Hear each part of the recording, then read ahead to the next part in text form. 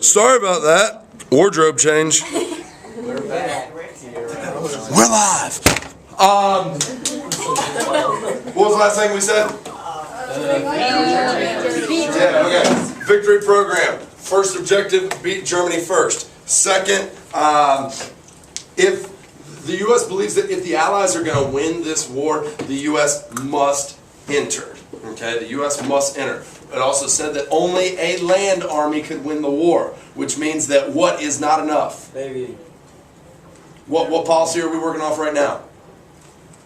Double L. Release. Okay. The thought was that July 1st, 1943 would be the first day of mobilization. The reason we picked July 1st, 43, we thought that the Soviets would be defeated by that time. All right. We thought that the Soviets would be defeated at that time, and that we would pick up where they left off. This is a bit of a blunder in thinking, because we know that doesn't happen.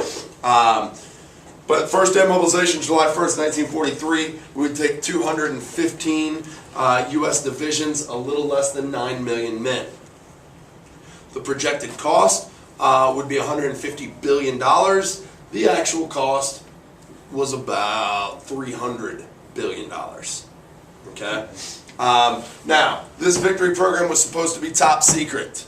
It was supposed to be top secret. And then on December 4th, 1941, the Chicago Tribune is going to write an article all about the victory program with all the provisions in it. Why would they want that top secret? Why would they even talk about it? Well, yeah.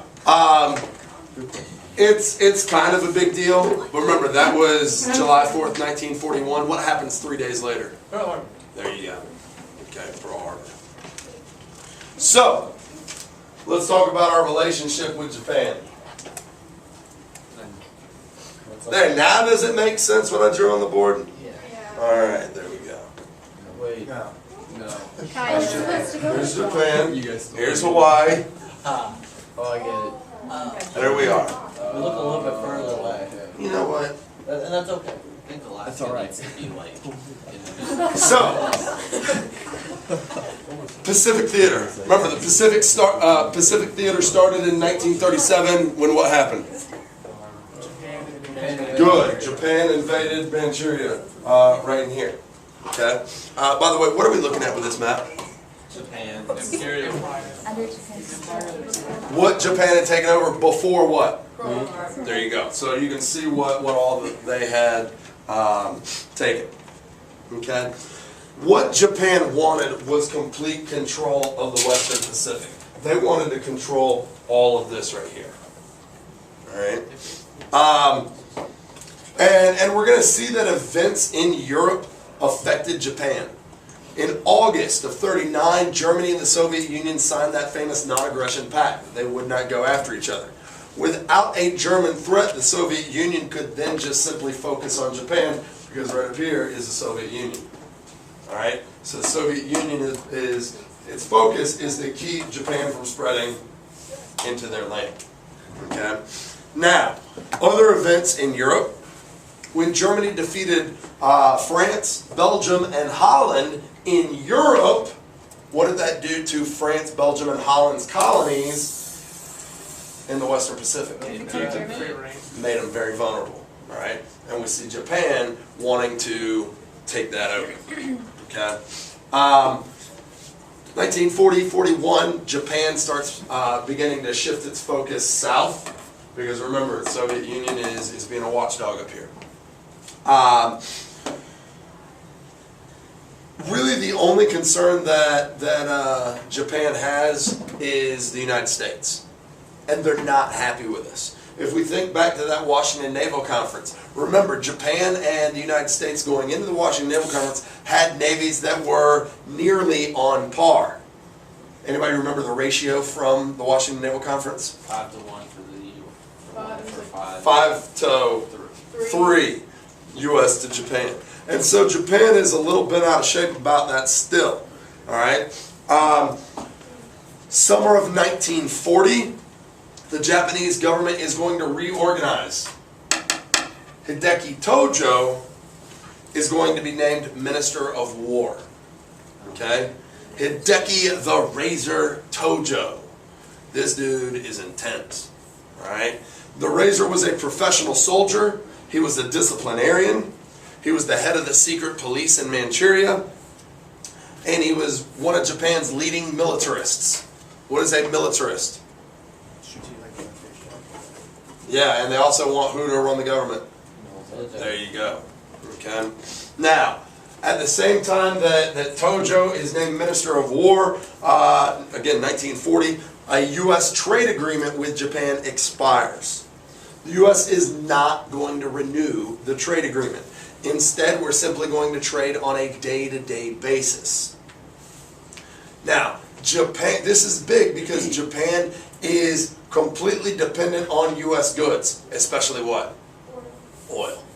Right? They're completely dependent on U.S. oil. Japan has this thought that the United States will not fight, that we will only try to use diplomacy when we have issues that we will not fight. What previous stance would give them that idea? Before that. What did we do when they invaded China in 37? What's that called? Appeasement. Alright? So appeasement, we're appeasing everybody. We're not really wanting to get in this, and so they think, we're not going to fight. We're just going to try to use diplomacy. Alright? In the summer of 41, Japan is going to take over French Indochina. Okay, French Indochina. Anybody know what French Indochina is called today? Vietnam. Okay, they take Vietnam. Now, we're kind of forced into a hard spot because who was in control of French Indochina? France. Duh. Yeah, the French, and they're supposed to be friends of ours. Okay? At this point, the U.S. is going to freeze Japanese assets in our country. Alright? Any money that they've got invested in us, they're not going to be able to get at. We're even going to send Douglas MacArthur to the Philippines here. Okay? Okay. We're going to send Douglas MacArthur there. And in August of 41, we're going to tell Japan that their aggression must stop. We tell them, end your aggression, end your imperial ambitions, or go to war with the U.S. Does Japan take that threat seriously? No. No. October of 41, Japan's government reorganizes again.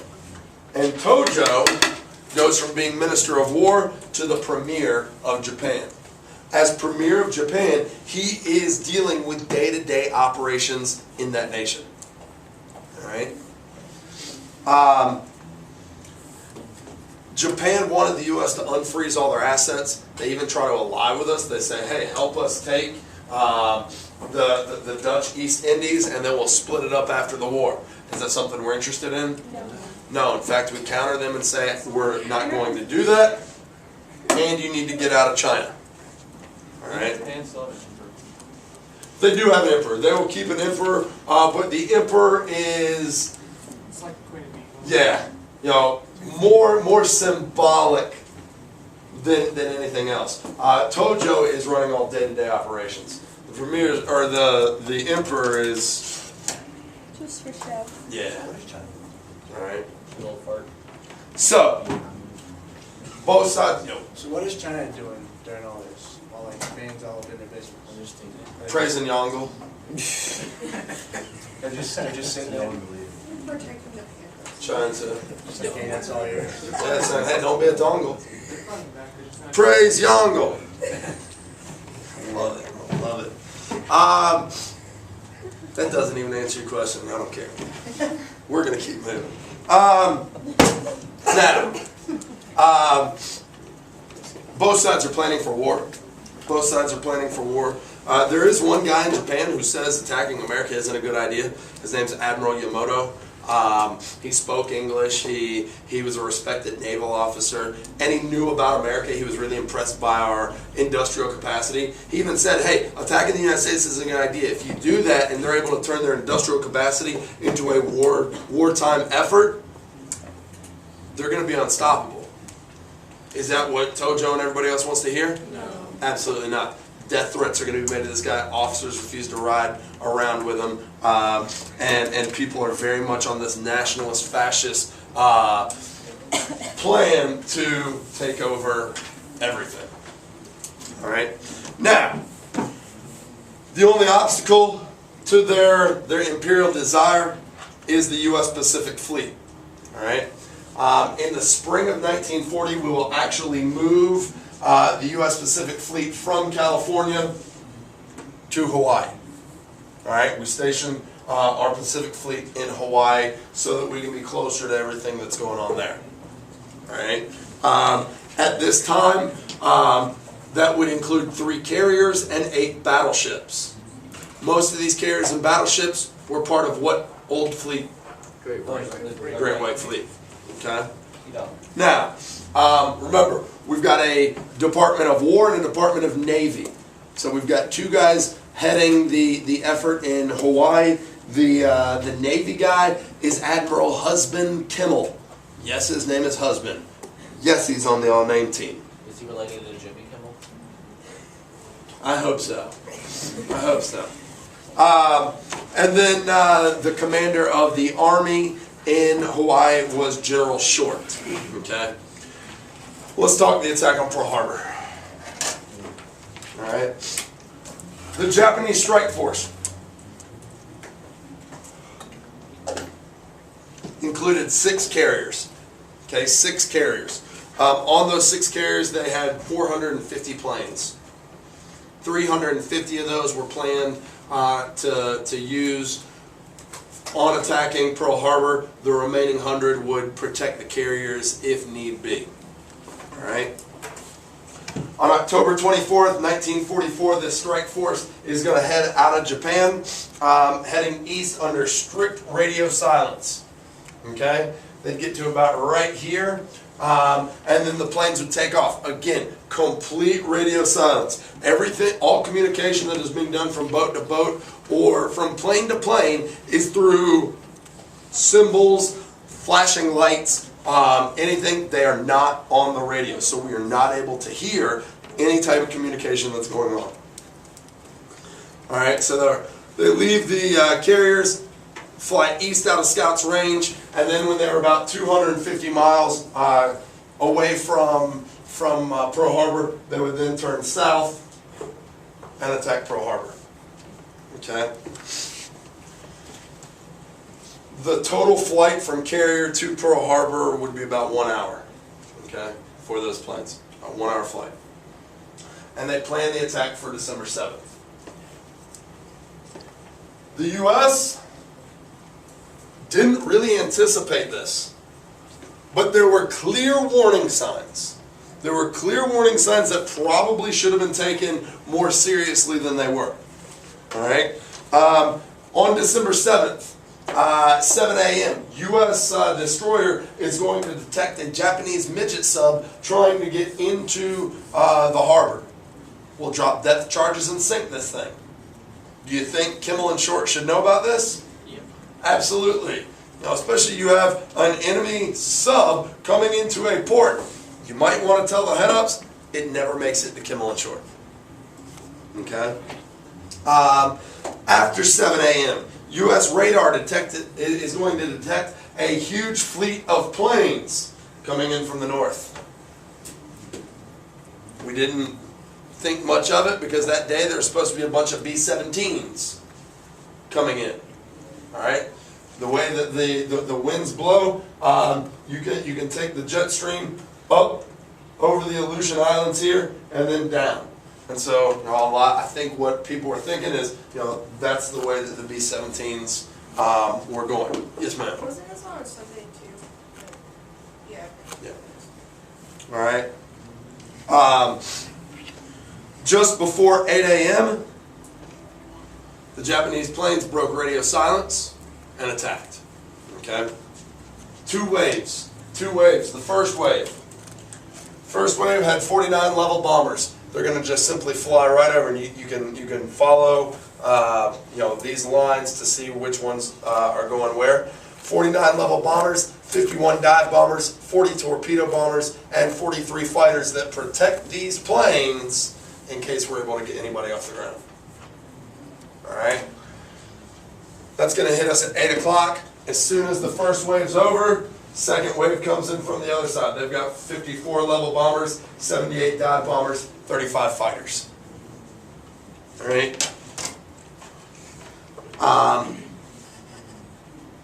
We were sitting ducks. Our battleships were tied to the docks. We couldn't get them, away from the docks and into formation. They were literally there. Our planes were sitting cold, wingtip to wingtip. Makes it very easy for these level bombers to come in and just take those planes out. All right.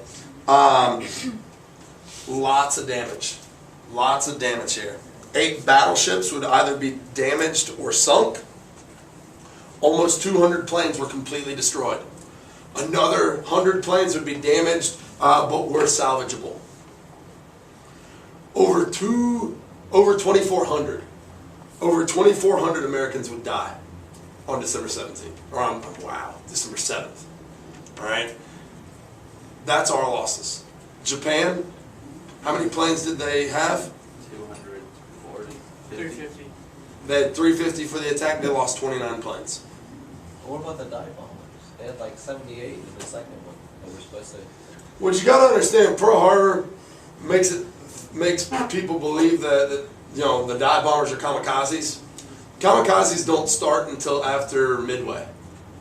The kamikazes don't start until Japan kind of understands, hey, we're starting to lose here. There aren't kamikazes at Pearl Harbor. The dive bombers come down and sweep low to take out gun turrets, to take out people that are running to the planes, they're take out small arms, basically, where the bombers go over and just unleash. Okay.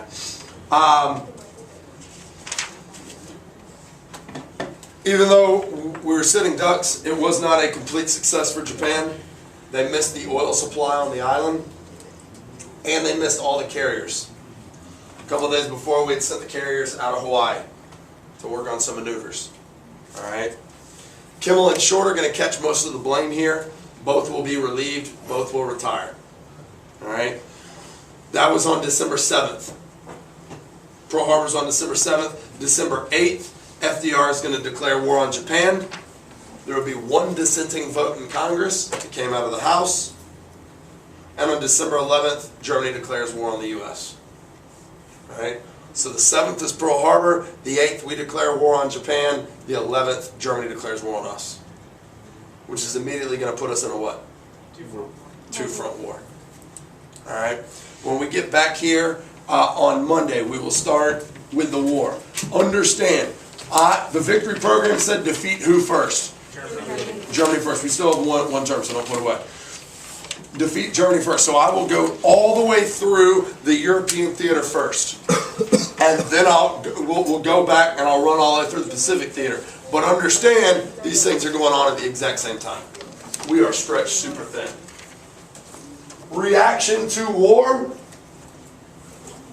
results in internment camps. We're going to round up Japanese, German, and Italian Americans. These are citizens of the United States. And force them into internment camps. Why? Because we're afraid that they're like planning something else to do. There's a fear of they could be spies, but there's also a fear of what people will do to them. All right?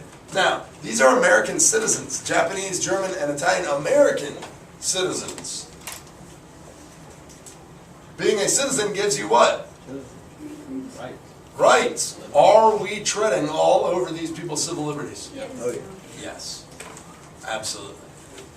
All right? And these people, for the most part, will remain in these internment camps for the duration of the war. That's it. That's all I got. Peace, love, and chicken grease. Go Raiders. Oh my goodness.